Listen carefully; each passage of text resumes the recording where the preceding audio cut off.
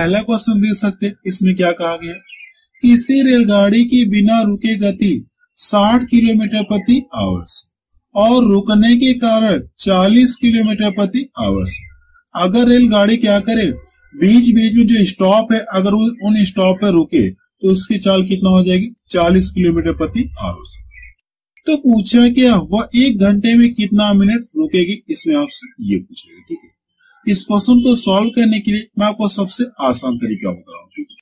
अगर वो क्या करे, रेलगाड़ी जो न रुके, अगर किसी भी स्टॉप में न रुके तो इसकी चाल कितना है, 60 किलोमीटर प्रति आवर से। अगर वो करे क्या, बीच बीच में जो स्टॉप है अगर वो क्या करे, उन स्टॉप पे रुकते रुकते चलेगी तो उसकी चाल कितना हो जाएगा, इतना हो जाएगा।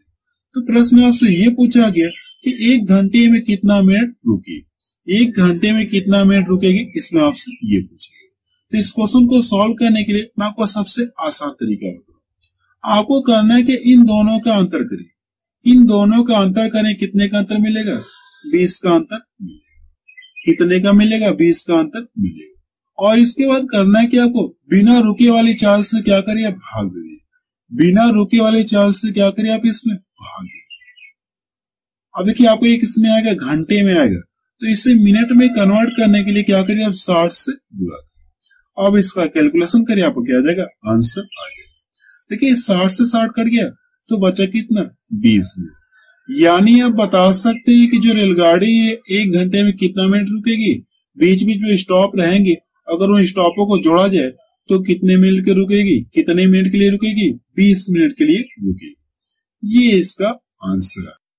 तो बी ऑप्शन के इसका मैच कर रहा है। ठीक है, वैसे इस क्वेश्चन को क्या कर सकते हैं, 2 से 3 तरीके से सॉल्व कर सकते हैं, लेकिन जो सबसे फास्ट तरीका है वो मैंने आपको बताया।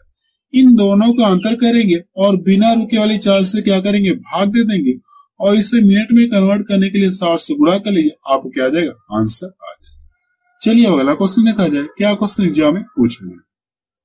क्वेश्चन सेकंड देखा जाए, इसमें क्या दिया गया, 12, 15 और 21 का एलसीएम और एचसीएफ ज्ञात करें। ठीक है, ऐसे क्वेश्चन देखिए बार बार रिपीट हो रहे। ठीक है, ऐसे क्वेश्चन देखिए 2 से 3 बार मैंने आपको खुद बता दिया और ऐसे क्वेश्चन एग्जाम में बार बार रिपीट हो रहे। तो सबसे पहले हम क्या करें, इन सभी का एचसीएफ निकालते। तो वह बड़ी से बड़ी संख्या कौन सी जो इन सभी को डिवाइड करेगी। देखिए 3 से ये भी कटेगा, 3 से ये भी कटेगा, 3 से भी कटेगा। इन सभी का एचसीएफ कितना आ जाएगा, 3 आ गया। इन सभी का एचसीएफ कितना आ गया, 3 आ गया। अब करना है कि आपको इन सभी का एलसीएम आपको निकालना। तो करना है कि आप इन दोनों का आपस में कॉम्बिनेशन बनाइए। देखिए 3 से ये भी कटेगा, 3 से भी कटेगा, तो किसी को काट दिए। मैं इसको डिवाइड कर 3 चौक को 12, काटने के बाद करना है कि इन दोनों का गुणा करिए, 15 चौक कितना हो गया, 60। इन दोनों का एलसीएम कितना, 60 आ गया। अब ये देखिए बचा है, आप इसको यहाँ पे देखिए 3 से ये भी कटेगा, 3 से ये भी कटेगा। बड़ी से बड़ी संख्या कौन सी जो इन दोनों को डिवाइड करेगी, 3 ही है, तो किसी को डिवाइड कर दिए। मैं इसको डिवाइड कर दूं तो 3 7 21, इन दोनों का गुणा करिए तो कितना मिल जाएगा, 7 6 42। कितना मिल गया, 7 6 42। यानी हमको एलसीएम भी पता चल गया। इन तीनों का एलसीएम कितना आ जाएगा, 420 आएगा। एचसीएफ 3 आएगा और एलसीएम कितना आ जाएगा, 420 आएगा। ये इसका क्या आ गया, आंसर आ गया। चलिए वाला क्वेश्चन देखा जाए, क्या क्वेश्चन एग्जाम में पूछा गया। क्वेश्चन थर्ड देखा जाए, इसमें क्या दिया गया है, यदि x प्लस वाई का मान कितना दिया गया, 27 है, तो इसका मान आपसे इसका भी मान आपको दिया गया है। तो पूछा कि आपसे x माइनस वाई का मान आपसे पूछा, इतनी बराबर इतना दिया गया और इसका मान इसके बराबर है। तो पूछा कि हमसे इसका मान पूछेंगे। अगर आप इसको देखें तो आपको ये फॉर्मूला दिख रहा है, ए स्क्वायर माइनस बी स्क्वायर का फॉर्मूला दिख रहा है। अगर आप इसे प्रसार करेंगे तो क्या करेंगे, इन दोनों को एक बार जोड़ेंगे और इन दोनों को एक बार क्या करेंगे, आप हटा देंगे। तो यहां से कितना हो जाएगा, ये x प्लस वाई हो गया, एक बार जोड़ना है और एक बार दोनों क्या करना है, घटाना है। x माइनस वाई और इक्वल टू कितना, 243। इतना क्लियर है। अब देखिए इसका मान कितना दिया गया, 27 दिया गया और 27 इधर क्या हो जाएगी, भाग। 27 से क्या हो जाएगी, इधर जाके भाग हो जाएगी, बटे कितना हो गया, 27। अब क्या करना है कि इसका कैलकुलेशन करिए, आपको क्या जाएगा, आंसर आ जाएगा। अगर आप इसको यहां से डिवाइड कर देंगे तो 9 बार में ये पूरा पूरा कट जाएगा। कितनी बार में कट जाएगा, 9 बार में ये पूरा पूरा कट जाएगा। यानी आप बता सकते हैं कि x माइनस वाई का मान किसके बराबर होगा, 9 के बराबर। चलिए अगला क्वेश्चन देखा जाए, क्या क्वेश्चन एग्जाम में पूछा गया। क्वेश्चन 4 देखा जाए, इसमें क्या दिया गया है, यदि a माइनस बी बराबर 5, ए स्क्वायर प्लस बी स्क्वायर का मान 41 है, तो प्रश्न से पूछा है कि इसका मान पूछा गया, a इंटू बी बराबर क्या होगा, इसमें आपसे ये पूछा गया। अगर हम लोग करें कि इसको देखिए, इस वाले समीकरण को देखिए, अगर हम लोग करें कि दोनों पक्षों का स्क्वायर कर दे, अगर दोनों पक्षों का स्क्वायर कर दे इस तरह से, ठीक है, अभी क्या आपको ये फॉर्मूला दिख रहा है, आप इससे प्रसार करिए। जब आप इससे प्रसार करेंगे तो क्या मिलेगा, ए स्क्वायर हो जाएगा plus B square minus 2ab। अगर आप इससे प्रसार करेंगे तो कितना मिल जाएगा, 5 का स्क्वायर करेंगे कितना मिल जाएगा, 25 मिल जाएगा। इतना क्लियर है। और देखिए इसका मान कितना दिया गया क्वेश्चन में, 41 दिया गया। इसका मान कितना दिया गया, 41 दिया गया। और जब ये 41 को इधर ट्रांसफर करूंगा तो यहां से 25 माइनस 41 हो गया, 25 माइनस कितना हो गया, 41 हो गया। तो आप यहां से लिखिए 2। अब करना क्या, मुझे 41 में से क्या करना है, 25 घटाना है। अगर आप 41 में से 25 घटाएंगे तो कितना मिल जाएगा, यहां से 3 है, 3 में से 2 घटाएंगे 1, कितना मिल जाएगा, 16 मिलेगा। हम लोग यहाँ पे डायरेक्ट लिख रहे हैं, ठीक है, डायरेक्ट हम लोग लिख दे रहे हैं, कितना मिल जाएगा, 16 मिलेगा। अब क्या करने की, देखिए माइनस से माइनस कट गया और इसको यहां से डिवाइड कर दूं, ए इंटू बी बराबर कितना हो जाएगा, 8। यानी आप बता सकते कि a इंटू बी बराबर कितना हो जाएगा, 8 हो जाएगा। ये इसका क्या आ गया, आंसर आ गया। ठीक है, चलिए अगला क्वेश्चन देखा जाए, क्या क्वेश्चन एग्जाम में पूछा गया। क्वेश्चन 5 देखा जाए, इसमें क्या दिया गया। अब की क्वेश्चन में इस तरह से दिया है, यदि इतने बराबर इतना है तो x का मान ज्ञात करें। सबसे पहले क्या करें, तिर्यक में गुणा कर दे। अगर इधर गुणा करेंगे तो ये कितना हो जाएगा, x स्क्वायर। इतना क्लियर है। और ये दोनों आपस में क्या हो जाएंगे, कड़ी में हो जाएंगे, कड़ी में हो जाएंगे। इतना क्लियर है, कड़ी में ये हो जाएंगे। 162 को हम क्या कर सकते, ऐसे लिख सकते क्या, 162 को 81 गुणे 2 कर सकते क्या। जब इन दोनों का गुणा करें तो आपको ये चीज आपको मिलेगी। अब देखिए करना है कि इसको हम ऐसे लिख सकते क्या, 64 गुणे 2 लिख सकते क्या। इसको हम क्या कर सकते हैं, 64 गुणे 2 लिख सकते हैं क्या, लिख सकते, कोई फर्क नहीं। जब इन दोनों का गुणा करें आपको फिर से ये चीज आपको मिलेगी, यानी आप इन दोनों को ऐसे लिख सकते हैं। अब क्या करना है कि इनके कड़ी से फ्री हो जाए, ये भी फ्री होगा और ये भी फ्री होगा। जब ये कड़ी से फ्री होगा तो कितने का स्क्वायर कैसे होता है, 9 का होता है। और ये कितना दे देगा, 8। और ये देखिए 2 यहाँ पे भी, 2 यहाँ पे, 2 बार है ना, और ये कड़ी से क्या हो जाएगा, फ्री हो जाएगा। तो बाहर कितना मिल जाएगा, 2 मिलेगा। इतना क्लियर है। और इधर ये कितना है, ये x स्क्वायर। अब करना है कि 8 9 72 हो गया, और 72 दुना कितना हो जाएगा, 144। 72 दुना कितना हो जाएगा, 144। अब कि यहाँ पे x स्क्वायर बराबर इतना है, अगर इसका स्क्वायर हटा दूं तो इधर आगे क्या लग जाएगी, कड़ी लग जाएगी। इतना क्लियर है। अब क्या करना है कि जब ये कड़ी से फ्री होगा इसका मान कितना मिल जाएगा, 12 मिलेगा। 144 कितने का स्क्वायर होता है, 12 का स्क्वायर। जब ये कड़ी से फ्री होगा तो कितना देगा, 12 मिल जाएगा। ये इसका क्या आ गया, आंसर है। चलिए अगला क्वेश्चन देखा जाए, क्या क्वेश्चन एग्जाम में पूछा गया जो 5 फरवरी को पेपर हुआ था। अगला क्वेश्चन देखा जाए, क्या क्वेश्चन एग्जाम में पूछा गया। क्वेश्चन 6 देखा जाए, इसमें क्या दिया गया, कड़ी में देखिए कितना दिया गया, 42.25 दिया गया। जब ये कड़ी से फ्री होगा तो इसका मान किसके बराबर होगा, इसमें आपसे ये पूछा गया। अब क्या करना है कि आपको इसका क्या करना है, आपको वर्गमूल निकालना है। तो यहाँ पे कितने का पेयर बनेगा, 2 का पेयर बनेगा। अभी आप दशमलव को भूल जाइए, ठीक है, अभी आपको दशमलव से कुछ लेना देना नहीं, दशमलव आप क्या करें, भूल जाइए। 2 का पेयर बनेगा। अब देखिए हमको ये पता करना है कि किस संख्या का स्क्वायर किया जाए कि इकाई के स्थान पे कितना मिले, 5 मिले। तो आप बता सकते हैं अगर आप 5 का स्क्वायर करें कितना मिलेगा, इनके स्थान पे 5 मिलेगा। अब ये कितना, 42 है। अब आपको ये करना है कि संख्या का स्क्वायर किया जाए, इससे ज्यादा ना हो बल्कि कम हो जाए। अगर आप 7 का स्क्वायर लेंगे तो 42 से ज्यादा हो जाएगा। तो हम लोग क्या करें, 6 का स्क्वायर, 6 चौके 36, इससे कम रहेगा। हम यहाँ पे लिख रहे हैं कितना हो जाएगा, इतना। अब देखिए दशमलव को अगर आप भूल जाइए तो 65 का जब स्क्वायर करें आपको इतना मिलेगा। अब देखिए यहाँ पे अंदर कितना, कड़ी के अंदर 2 अंक पे दशमलव, जब ये कड़ी से फ्री होगा तो दशमलव क्या हो जाएगा, आधा अंक पे हो जाएगा। जब कड़ी से फ्री होगा तो दशमलव क्या हो जाएगा, आधा अंक पे हो जाएगा। ये इसका क्या आ गया, आंसर आ गया। यानी जब ये करने से फ्री होगा इसका मान इतना मिलेगा। चलिए अगला क्वेश्चन देखा जाए, क्या क्वेश्चन एग्जाम में पूछा गया। क्वेश्चन 7 देखा जाए, इसमें क्या दिया गया है, यदि x बराबर इतना दिया गया, y बराबर इतना है और z बराबर इतना है, तो पूछा है क्या, इन सभी का क्या पूछा हमसे, एलसीएम पूछा गया। सबसे पहले क्या करना, गुणा करना है, और उन सभी का क्या पूछा हमसे, एलसीएम पूछा। तो सबसे पहले क्या करते, गुणा करते, x और y का हम लोग क्या करते हैं, गुणा करते। तो आप यहां से लिखिए x और y। अब ये करने के इन दोनों का गुणा करना है, 3 यहाँ पे भी, 3 यहाँ पे, 2 यहाँ पे भी, 2 यहाँ पे भी, ठीक है। तो हमको ये पता है अगर इनके आधार से में तो गुणा में क्या होती है, पावर जुड़ जाती है। तो यहां से देखिए इसको और इसको देखिए, अब देखिए आधार से में पावर क्या हो जाएंगे, आपस में जुड़ जाएंगे। 2 की पावर कितना हो जाएगी, 4। इतना क्लियर है। 3 यहाँ पे है और 3 यहाँ पे है, अगर इनके आधार से में तो पावर क्या हो जाएंगे, आपस में ऐड हो जाएंगे। कितना मिल जाएगा, 3 मिलेगा। इतना क्लियर है। अब की क्या करना, y और z इन दोनों का गुणा करना है। अब कि यहाँ पे आधार कितना, 2 है, यहाँ पे भी आधार 2 है, तो आप यहां से लिख लीजिए y z, यानी इनकी क्या हो जाएगी, यहां से पावर क्या हो जाएंगे, जुड़ जाएगी। 2 की पावर कितना हो जाएगी, 5 हो जाएगी। अब 3 की पावर 1 है और यहाँ पे 3 की पावर 2, तो 3 की पावर कितना हो जाएगी, 3। इतना क्लियर है। अब कि इसके बाद क्या करना, आपको z और x का मान पता करना है, तो कर लीजिए, यानी z और x आपको करना है। देखिए 2 की पावर यहाँ पे 1 है और 2 की पावर कितने यहाँ पे 2। जब गुणा करेंगे 2 की पावर कितना हो जाएगी, 3 हो जाएगी। 3 की पावर यहाँ पे 2 है और 3 की पावर यहाँ पे कितना है, 2 है, तो 3 की पावर कितना हो जाएगी, 4। गुणा में पावर जुड़ जाएगी। अब करना है क्या, इन सभी का क्या करना, आपको एलसीएम आपको निकालना है। इन सभी का क्या करना, आपको एलसीएम आपको निकालना है, ठीक है।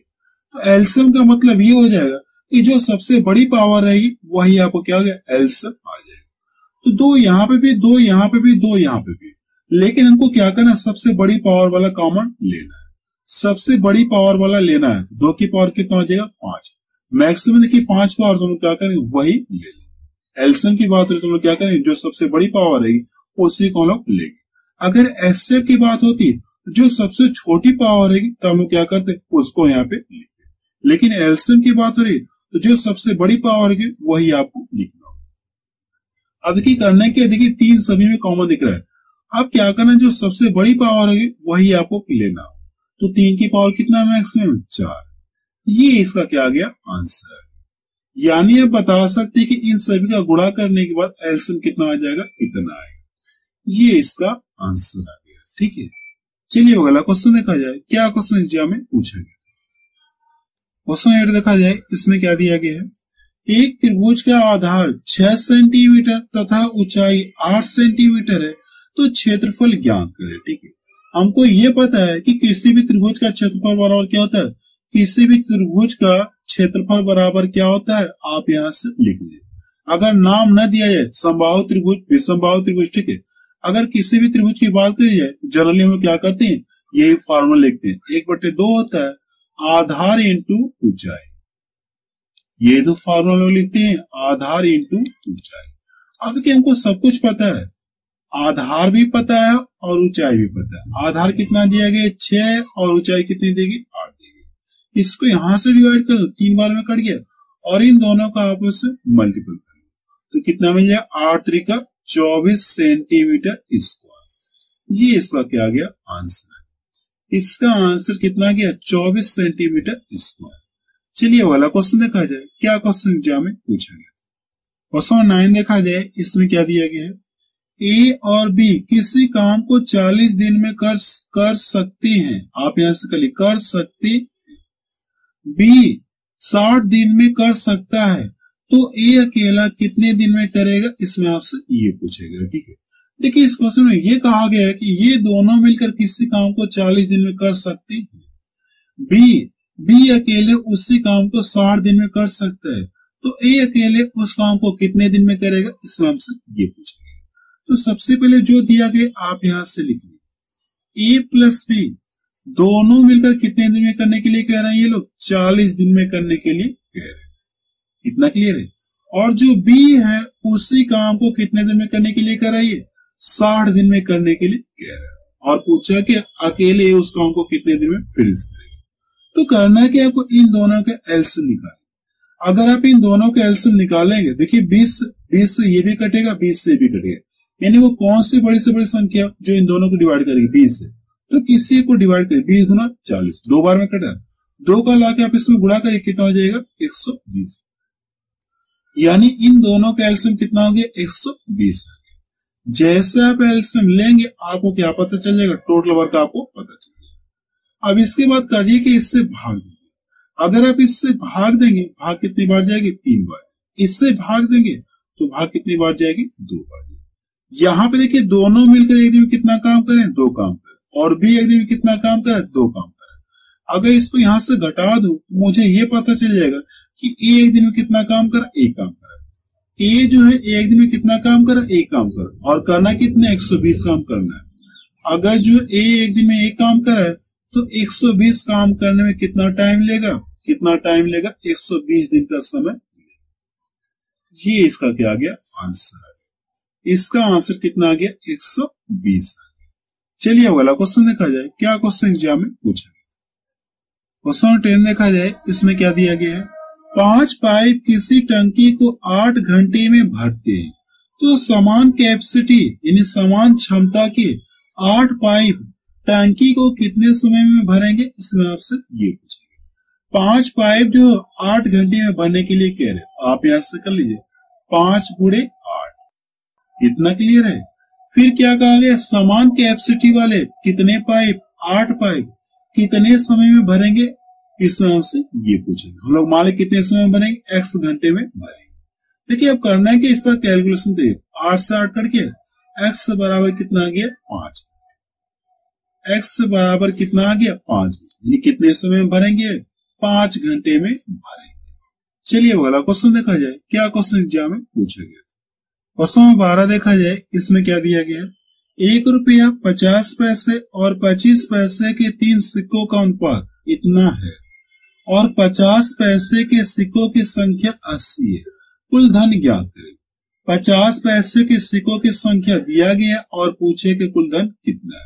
तो सबसे पहले आप यहां से लिखिए 1 रुपया 50 पैसे और किसके सिक्के, 25 पैसे के सिक्के, और सिक्कों का अनुपात दिया गया, आप यहां से लिखिए सिक्कों का अनुपात, आप यहां से लिख लीजिएगा सिक्कों का अनुपात कितना दिया गया है, 1:2:3 दिया गया, इतना क्लियर है।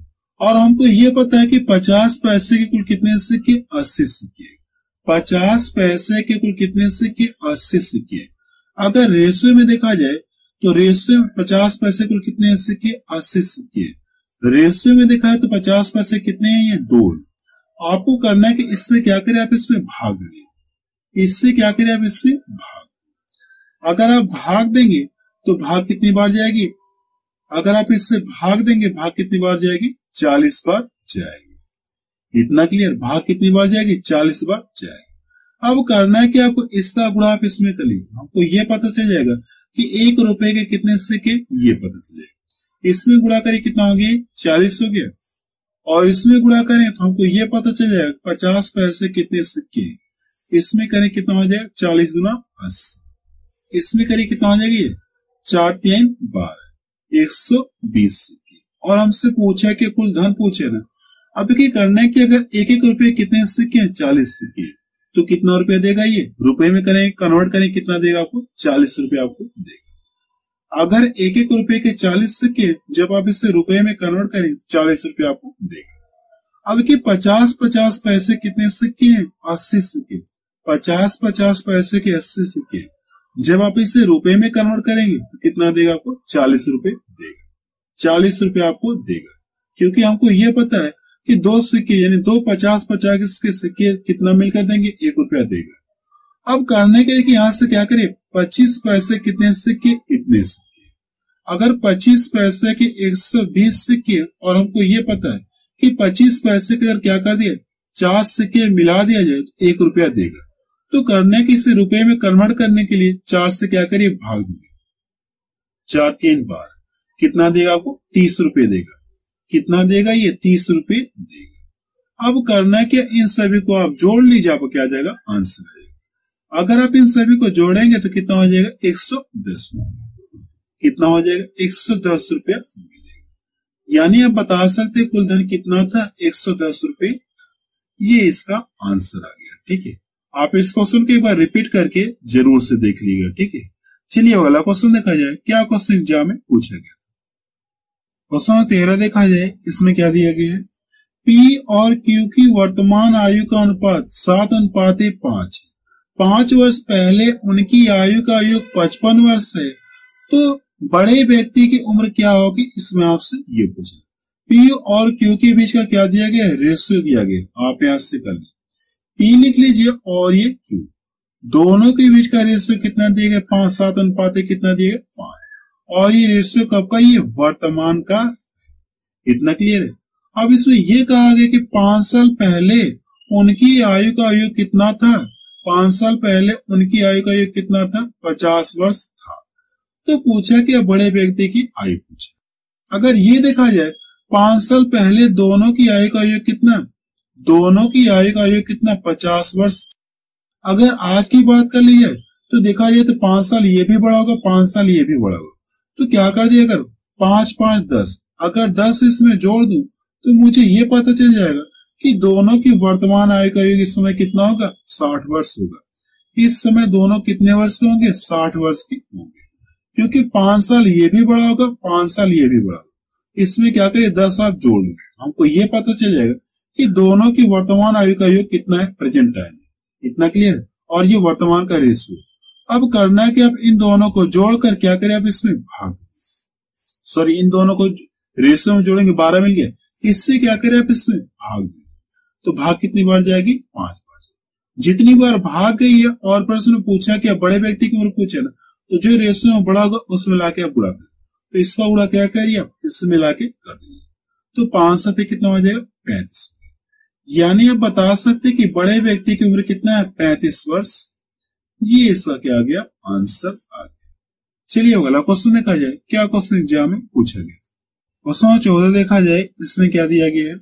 चक्रवृद्धि ब्याज की दर से 3 वर्ष में कोई धन 8 गुना हो जाता है, तो दर क्या है? इसमें आपसे ये पूछे, यानी रेट आपसे पूछी गई। देखिए क्या कहा गया? 3 वर्ष में कोई धन कितना हो जा रहा है? ये 8 गुना हो जा रहा है। 8 गुना हो गया। इतना क्लियर? या हम इसको ऐसे भी तो लिख सकते हैं। हम लोग मान ले कितना है मूलधन? कितना है? हम लोग मान ले मूलधन कितना है? 1 रुपया। अब ये कितना गुना हो गया? 8 गुना हो गया, यानी मिश्रधन हो जाएगा। हम लोग यहाँ पे इसको ऐसे लिख रहे हैं। ठीक है, आप कर लीजिए मूलधन हो गया और ये मिश्रधन। अब इसमें ये कहा गया 3 वर्ष में कितना हो जा रहा है? ये 8 गुना हो गया। तो सबसे पहले आप यहां से टाइम लिख लीजिए। अगर हम लोग मान ले कि माना मूलधन कितना 1 है, तो 3 वर्ष में कितना हो जा रहा है? ये 8 गुना हो गया। 8 गुना हो गया। और हमसे पूछा है क्या? रेट हमसे पूछ गया। देखिए हम लोग करेंगे सबसे पहले इसको ऐसे लिख सकते क्या? अगर हमको क्या करते 1 वर्ष का क्या करना? 1 वर्ष में कितना गुना होगा ये पता करें। ठीक है, 1 वर्ष में कितना गुना होगा ये हम लोग पता करें। तो पता करने का ये तरीका है, आप करिए कि इसके ऊपर क्या करिए? आप यहां से क्यूब करिए। 3 की बात है तो आप यहां से क्या करिए? आप इसको ऐसे कर लीजिए। यहां से हम लोग क्या करें? इसको ऐसे कर लें। क्लियर है? देखिए 3 वर्ष में अगर इतना हो जाए तो 1 वर्ष का पता करने के लिए आप इसको ऐसे लिख लीजिए। ठीक है, इसको आप ऐसे कि जब ये फ्री होगा तो ये कितना देगा? ये कितना देगा? आपको 1 देगा। और ये कितना देगा? कितने का? ये 8 क्यूब हो जाएगा, यहां से 2 का मिलेगा। जब ये करने से फ्री होगा इसका अमाउंट कितना देगा? 2 देगा। अब क्या करना है कि मूलधन कितना? ये मूलधन कितना? 1 रुपया। और ये कितना हो गया? 2 गुना हो गया। यानी 1 वर्ष में कितना हो गया? 2 गुना हो गया। आप बता सकते हैं अगर 1 रुपया था तो 1 वर्ष में 2 गुना हो गया, तो रेट क्या रही होगी? आप बता सकते हैं कि रेट क्या होगी? 100% रही होगी। तो अभी तो 1 वर्ष में 2 गुना हो गया, तो हम बता सकते हैं कि रेट कितनी रही होगी? रेट कितनी रहेगी? 100% रहेगी। तो अभी तो वो धन कितना हो गया? 1 वर्ष में कितना हो जा रहा है? ये 2 गुना हो गया। ये इसका क्या आ गया? आंसर आ गया। ठीक है, चलिए अगला क्वेश्चन देखा जाए। क्या क्वेश्चन एग्जाम में पूछा गया? क्वेश्चन 15 देखा जाए। इसमें क्या दिया गया है? 4, 16 और 20 का चतुर्थानुपात क्या होगा? इसमें आपसे ये पूछेंगे। सबसे पहले इसका देखिए कॉन्सेप्ट क्या होता है, जैसे यहाँ पे लिख दो ए बी एवं सी, ए बी एवं सी का आपसे क्या पूछू, चतुर्थानुपात पूछू। अगर इसका चतुर्थानुपात पूछो तो इसका चतुर्थानुपात क्या होता है, b इंटू सी होता है। इन दोनों का गुणा करके और पहले वाले से क्या करना, आपको भाग देना है, यानी चतुर्थानुपात बराबर ये होगा। इसी कॉन्सेप्ट के आधार पे हम लोग क्या करें, इस क्वेश्चन को सॉल्व करें। ये ए का काम करा और ये बी का काम करा और ये सी का काम करा, तो करने की इन दोनों का गुणा करके पहले वाले से क्या करे, भाग। इन दोनों का गुणा करके पहले वाले से क्या करे, भाग। इसको यहां से डिवाइड कर दो, 4 बार में कट गया। इन दोनों का गुणा कर लो, कितने मिल गया, 4 दूना 8, कितना मिल गया, 80। ये इसका क्या आ गया, आंसर आ गया। चलिए अगला क्वेश्चन देखा जाए, क्या क्वेश्चन एग्जाम में पूछा गया था। क्वेश्चन 17 देखा जाए, इसमें क्या दिया गया है, किसी वस्तु के मूल्य में पहले 20% की वृद्धि हुई, फिर 10% की कमी हुई, तो क्या प्रभाव पड़ेगा, इसमें आपसे ये पूछेगा। ठीक है, इसका कॉन्सेप्ट मैंने आपको परसेंटेज चैप्टर में बताया। इसके लिए क्या फार्मूला होता है, आप यहां से कर लीजिए, प्रतिशत कमी या वृद्धि। मैं आपको फिगर बना के इसका कॉन्सेप्ट नहीं बता रहा हूं, डायरेक्ट फार्मूला लिख रहा हूं। ठीक है, अब देखिए करने के इसका क्या फार्मूला होता है, मैंने क्या लिखवाया था आपको यहां से, a minus B minus A B upon 100। यही फार्मूला मैंने आपको परसेंटेज चैप्टर में बताया। इसमें रख के सॉल्व कर लिया, आपको क्या आ जाएगा, आंसर आ जाएगा। देखिए ए का मान कितना है, ये ए है और ये क्या हमारा बी है। इसमें रख के सॉल्व कर लिया, आपको क्या आ जाएगा, आंसर आ जाएगा। तो यहां से 20 माइनस कितना हो गया, ये 10 माइनस 20 गुणे 10 और नीचे कितना है 100। डबल जीरो से ये डबल जीरो कट गया। ये देखिए यहां से कितना बच गया, सिर्फ 2 बच गया। अगर आप इसमें जोड़ेंगे माइनस कितना हो गया, 12।